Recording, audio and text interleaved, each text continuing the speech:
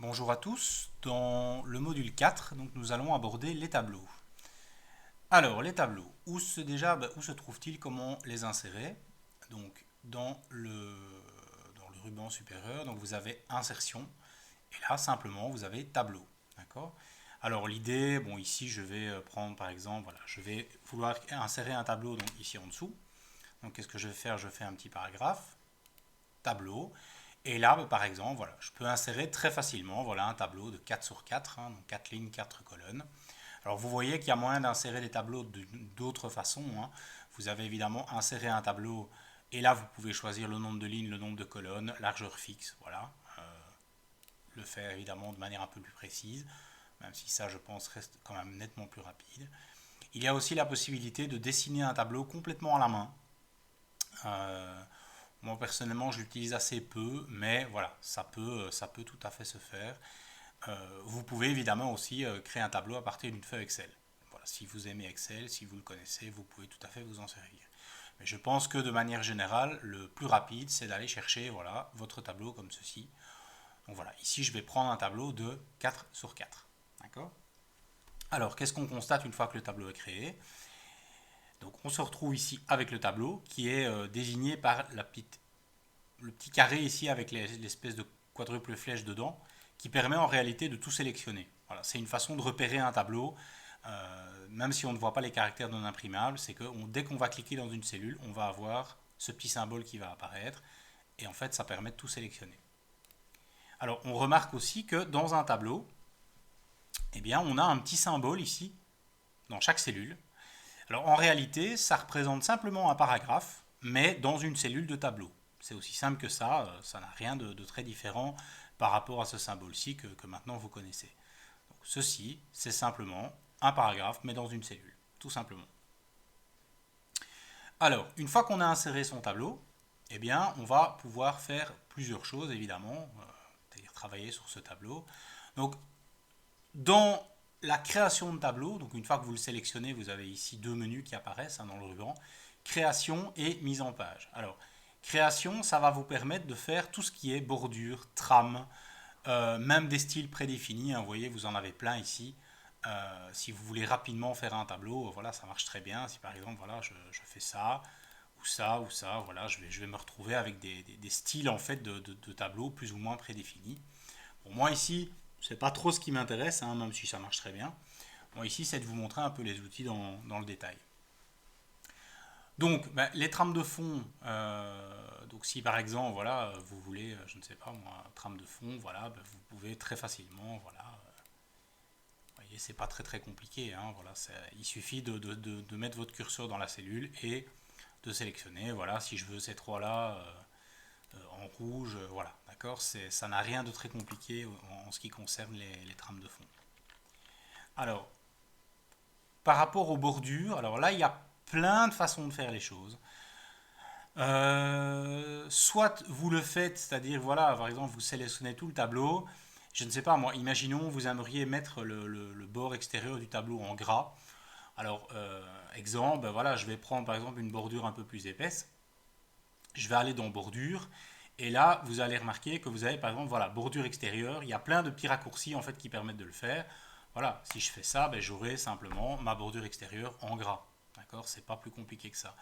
Alors, une autre façon de faire les choses, ce qui marche assez bien, il faut le dire, si par exemple vous avez besoin de faire, alors je vais vraiment inventer quelque chose, mais faire une bordure un peu particulière, c'est-à-dire, je sais pas, faire partir de là et faire un truc comme ça par exemple, eh bien vous pouvez en fait peindre les différentes bordures dans le style que vous voulez. Donc par exemple, je sais pas moi, je vais prendre une bordure double, j'invente, je vais faire ici, voilà, je vais aller chercher mise en forme des bordures.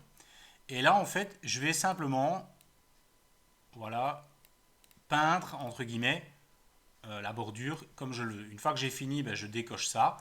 Et voilà, je me retrouve avec ma bordure double ici. Donc, pour faire des bordures dans un tableau, honnêtement, ça marche vraiment pas mal. D'accord? Il ne faut pas hésiter à s'en servir, c'est plutôt sympathique. Donc ici, ce que je vais faire, c'est que je vais refaire un tableau par défaut. Donc voilà, je vais revenir sur mon tableau et je vais dire toutes les bordures, ben, on les remet en style de bordure comme ça. Voilà, je vais peut-être faire un peu plus fin. Voilà, d'accord. Je peux aussi changer la couleur des bordures, hein. Voilà, ici je prends voilà, du rouge, hop, j'ai mes bordures en rouge, hein. Voilà. Donc franchement, pour gérer les bordures, bah, je crois que tous les outils sont ici, il n'y a pas besoin d'aller chercher ailleurs. Franchement, ça marche pas mal. D'accord. Donc voilà, je reviens sur mon tableau de base. Alors ce que je vais faire pour la suite, c'est que bah, par exemple, je vais faire par exemple, voilà, bordure extérieure, je vais les mettre un peu plus épaisses. Voilà. Donc ça, c'est ce qui concerne la création, donc vraiment le design du tableau, tout ce qui est bordure et trame de fond. Alors, passons maintenant ben, à la mise en page du tableau. Alors là, vous allez voir qu'il y a beaucoup plus de choses à dire. Donc, le menu qui est ici est assez bien fait, parce qu'il comprend vraiment quasiment tout ce dont on a besoin pour gérer un tableau de manière efficace. Donc, si je commence par la gauche, pardon, voilà, si je commence par la gauche. Alors, ça, je ne vais pas trop en parler. Propriété, en fait, enfin si. Ici, je vais commencer par propriété, tiens. Donc, qu'est-ce qu'on va trouver dans propriété? Alors, une chose intéressante, l'alignement du tableau. Ça peut éventuellement servir. Si vous avez un tableau qui ne fait pas toute la largeur de la page, ben, vous pouvez l'aligner gauche, centré, droit. Alors, il faut savoir que ça, vous pouvez tout à fait le faire aussi euh, en sélectionnant tout le tableau. Vous pouvez le faire avec ces trois-là. Ça marche aussi. Donc dans les propriétés, qu'est-ce qu'on a d'autre? Eh bien, on a la notion, alors ça c'est important vu qu'on l'a vu dans le module précédent, on a vu l'habillage du texte. D'accord. Alors vous voyez que pour un tableau, il y en a beaucoup moins. C'est-à-dire que soit vous avez aucun, alors aucun ça revient pour, c'est un peu l'équivalent pour une image de aligner sur le texte. D'accord. Alors c'est le mode vraiment, les tableaux doivent rester en mode aucun. Sauf vraiment si vous savez ce que vous faites et que le but vraiment est de faire autour. D'accord. Mais sinon, il faut vraiment essayer de les laisser en aucun, c'est beaucoup plus efficace. Ça évite que le tableau se balade partout. C'est voilà, c'est beaucoup plus safe. Donc, je vais vous faire un exemple hein, pour illustrer autour quand même. Alors, pour ça, ben, je vais passer directement à taille de la cellule. Alors, vous voyez que au niveau de la taille de cellule, ben, vous pouvez régler la hauteur des lignes et la largeur des colonnes. Si je sélectionne forcément tout le tableau, ben, je vais modifier la largeur de mes 4 colonnes en même temps. Hein, vous avez compris le principe, donc voilà, hein, je vais faire des colonnes par exemple de 3 cm. Ok. Ou je vais même faire plus petit pour illustrer vraiment le contour, voilà, je vais faire 2 cm. Donc si je retourne maintenant dans propriété, que je change autour, là en fait, vous voyez, je vais pouvoir déplacer le tableau et faire ben, par exemple ce genre de truc. Voilà. Donc exactement comme on le ferait avec une zone de dessin, hein, tout simplement. Donc une zone de dessin, sauf que là, ben, c'est un tableau. Donc vous voyez que ça marche. Ça va? Donc voilà, je vais annuler tout ça, je vais reprendre le cours de l'explication. Voilà. Donc, je reviens dans mise en page. Donc dans les propriétés, voilà. Je dirais, à part ces deux options-là, je pense que le reste, on peut le faire ailleurs. Il n'y a pas vraiment besoin de chipoter. On peut éventuellement les passer en revue. Hein. Dans les lignes, bah, vous avez la hauteur des lignes, mais ça, vous l'avez là. C'est beaucoup plus simple. Euh, alors, ça peut être intéressant. C'est par exemple, voilà, par défaut, vous voyez que si une ligne, à un moment, bah, devient trop grande et qu'on est obligé de fractionner sur plusieurs pages, par défaut, il va l'autoriser. Il y a des cas, par contre, ça peut être gênant, bah, vous pouvez décocher ça. Ça forcera en fait toute la ligne à passer page suivante et vous n'aurez pas de fractionnement de ligne. Voilà. Alors les colonnes, il n'y a vraiment que la largeur. Il ne faut pas trop se fatiguer. Là, on a la cellule, c'est pareil, c'est que la largeur de cellule. Voilà. Je pense que vraiment, éventuellement au niveau des lignes, c'est ici que ça se passe. Alors dans les tableaux, éventuellement dans les options, on a les marges de cellules qui peuvent éventuellement se modifier aussi. Même si là on les a là, c'est encore plus facile. Donc voilà, je pense vraiment qu'à part ton tableau et ligne, le reste on l'a dans le menu ici au-dessus, ça sert à rien d'aller dans le menu principal. Donc voilà, je continue. Alors, dessiner un tableau, alors ça c'est un peu c'est finalement le même outil dont je vous ai parlé tantôt pour dessiner un tableau à la main. Alors, ça peut avoir une utilité. Je vais vous faire un exemple tout de suite. Voilà, imaginez, vous vous rendez compte que bah, voilà, vous aimeriez avoir, là, au lieu d'avoir une cellule, vous vouliez en avoir deux. Eh ben, vous pouvez tout à fait, voilà, clac, dessiner une cellule de plus. En fait, vous dessinez une bordure, hein, et donc vous coupez la cellule en deux. Ça revient à utiliser fractionner, en fait. Voilà, c'est une autre façon de le faire. Alors la gomme, bah, très pratique aussi. Voilà, clac, je retire une bordure. Ça revient en fait à fusionner. D'accord? Ça, je vais en parler juste après, mais c'est exactement le même principe. Dessiner un tableau et gommer, ça sert à ça. Voilà. Alors, bah, supprimer, bah, forcément, supprimer une cellule, une colonne, une ligne, le tableau, hein. Vous avez compris le principe. Voilà.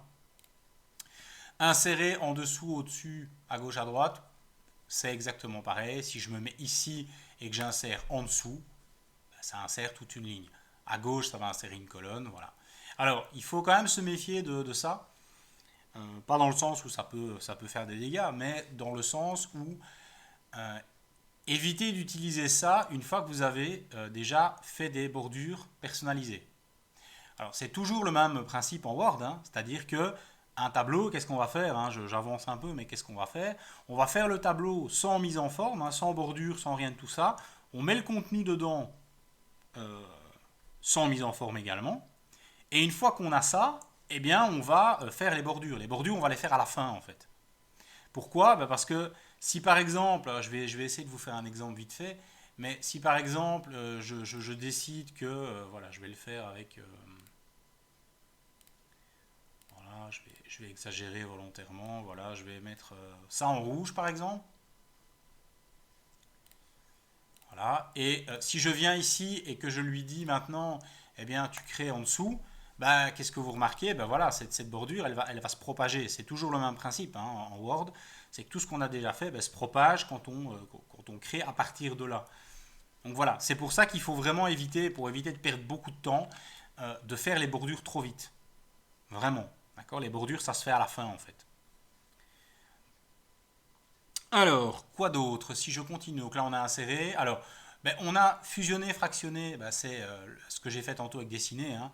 Voilà, si je veux par exemple prendre cette cellule-là, fractionner, ben, je vais créer deux colonnes, une ligne, boum.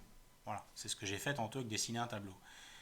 Si je veux maintenant fusionner ces deux-là par exemple, eh bien je fusionne. Voilà, je me retrouve avec une grande cellule. C'est pas plus compliqué que ça. D'accord? Alors faites quand même attention avec les fusions et fractions.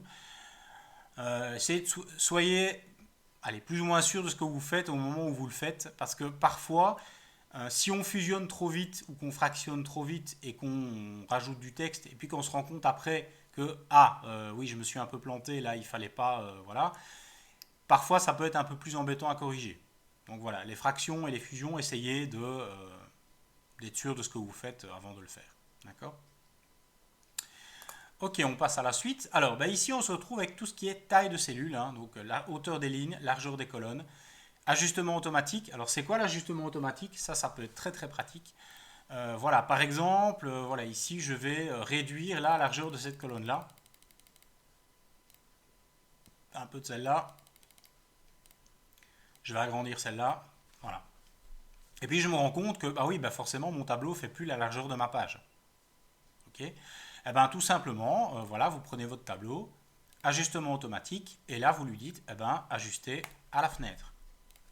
Et là, qu'est-ce qu'il va faire? Ben, il va garder les proportions que vous aviez définies auparavant, et il va simplement tout agrandir pour que ça refasse la largeur de la page. D'accord? C'est très pratique aussi. Je vais essayer de vous faire l'exemple tout de suite. Si vous faites, voilà, vous faites un saut de section page suivante. Ici, donc vous avez déjà fait un tableau. Saut de section page suivante. Et là, vous décidez de faire ça. Alors, ah bah tiens, là maintenant il le fait tout seul. Ok, histoire de me contredire. Ah ben, si, voilà, imaginons il ne le fait pas, hein, parce que parfois ça arrive, eh bien voilà, il suffit de prendre votre tableau, vous faites ajustement automatique à la fenêtre et hop, il va prendre toute la page. D'accord? C'est toujours quand on veut le montrer que ça ne fonctionne pas. Ok, on continue. Alors, donc l'ajustement automatique c'est fait. Donc dans les autres, vous avez ajustement au contenu à la fenêtre ou bien largeur de colonne fixe. Et là, en fait, c'est vous qui décidez simplement de la largeur. Donc, hauteur-largeur, on vient de le faire. Uniformiser les lignes, uniformiser les colonnes, ça peut être très pratique. Imaginons, voilà, j'ai mes colonnes qui n'ont plus la même largeur, justement. Je veux tout uniformiser, je prends tout mon tableau et j'uniformise mes colonnes. Clac, ça revient 4 colonnes identiques, tout simplement. Et ça marche pareil avec les lignes. Alors, oui, quelque chose aussi, tant qu'on est dans la hauteur des lignes, et surtout dans la hauteur des lignes, je vais en profiter pour vous montrer un petit quelque chose, c'est que là, vous voyez, si je tape du texte maintenant dans ma cellule, si j'essaie de réduire en fait la hauteur de la ligne, vous voyez que ça ne marche pas, je ne peux pas réduire plus. Alors pourquoi? Tout simplement parce que j'ai créé mon tableau à la suite de paragraphes qui avait déjà un interparagraphe en dessous. L'interparagraphe se retrouve dans tout le tableau. Donc imaginons que vous voudriez un tableau sans interparagraphe, vous sélectionnez tout, mise en page, et là je vais aller retirer les 12 points. Voilà, je vais me retrouver avec ça. Alors ce qu'il faut essayer d'éviter de faire aussi, imaginons que vous avez juste ce contenu-là dans la cellule, mais vous voulez une cellule beaucoup plus grande. Alors essayez d'éviter de faire ça. D'accord, vous savez que les paragraphes vides, il faut essayer d'éviter. Donc comment on fait pour avoir une ligne plus haute, mais sans forcément rajouter du contenu dedans? Eh bien, tout simplement, voilà, vous mettez votre curseur dans cette ligne-là, et une fois après, vous faites ça. Hein. Voilà, clac, d'accord? Donc voilà, là j'ai retiré le blanc, vous voyez que je me retrouve vraiment avec un paragraphe et ma ligne qui vient vraiment épouser juste la hauteur du paragraphe, qui est la hauteur de la taille de police en fait. Alors, quoi d'autre? Oui, donc les alignements. Alors, les alignements, c'est une des grandes forces des tableaux, c'est qu'on va pouvoir aligner de 9 manières différentes. Hein. Donc forcément, 3 en hauteur, 3 en largeur. Donc voilà, je peux très bien faire ça, centrer horizontalement et verticalement, faire ça, voilà, je fais absolument ce que je veux et je peux le faire par cellule. D'accord? Donc c'est vraiment très puissant l'alignement dans un tableau. D'ailleurs, j'en reparlerai après, mais c'est en partie pour ça qu'on utilise les tableaux pour autre chose que simplement faire des tableaux de données. Les tableaux, c'est vraiment super intéressant quand on veut faire des mises en page un peu particulières et justement fixer la position de certains objets par rapport à d'autres. Avec les tableaux, ça marche super bien. Donc voilà, l'alignement est ici. Alors l'orientation du texte, ça, vous connaissez le principe. Hein, voilà, ça sert simplement à faire ça. Ok, rien de plus. Alors, les marges de la cellule, ça peut éventuellement être intéressant. Vous voyez que par défaut, il y a une marge. Hein. C'est-à-dire que votre texte, il ne vient pas se coller vraiment à la bordure. C'est normal, hein, forcément. Mais c'est possible de modifier ça. Donc voilà, vous venez ici. Là, vous modifiez simplement la marge des cellules. Donc vous voyez, vous n'avez rien en haut, rien en bas. Mais par contre, vous avez 0,20 cm, 0,2 cm à gauche et à droite. Ok, tout simplement. Mais vous pouvez le changer si vraiment vous avez besoin.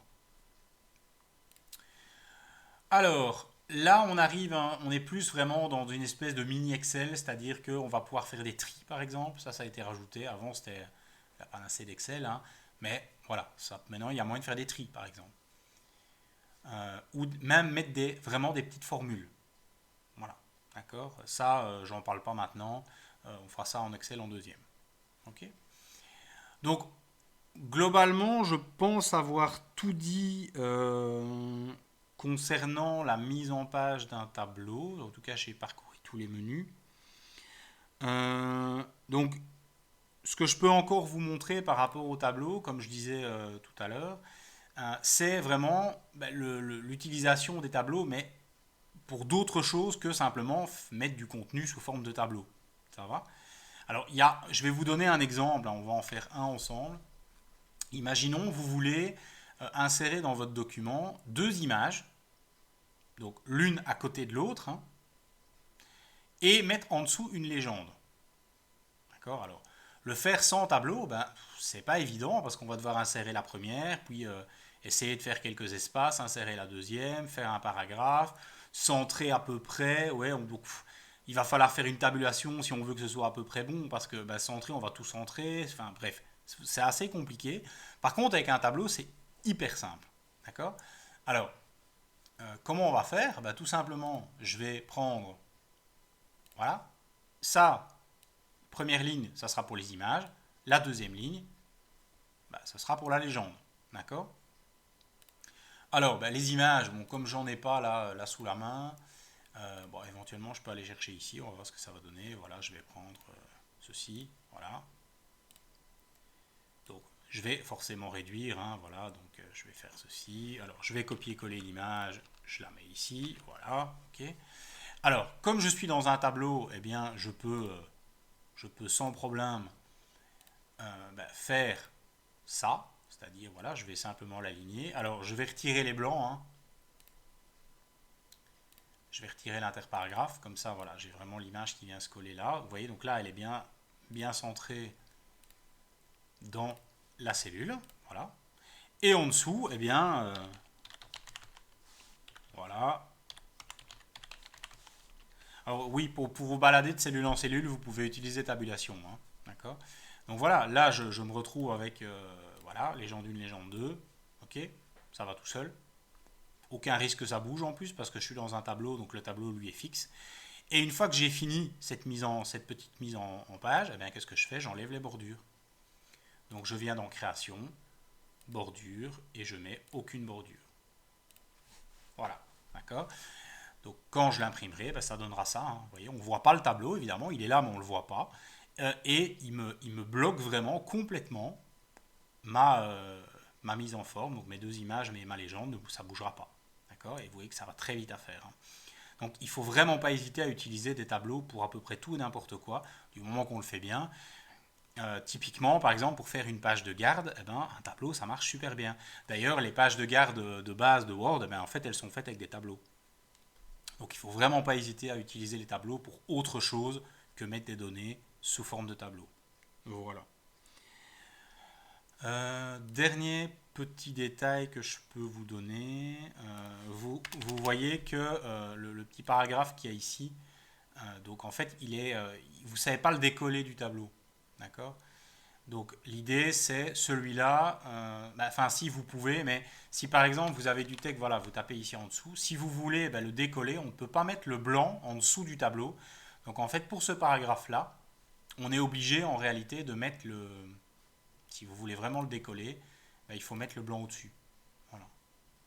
En réalité ce paragraphe-là, on va généralement s'en servir pour mettre une légende sur le tableau, qui va par exemple être écrite en plus petit. Voilà. On met la source.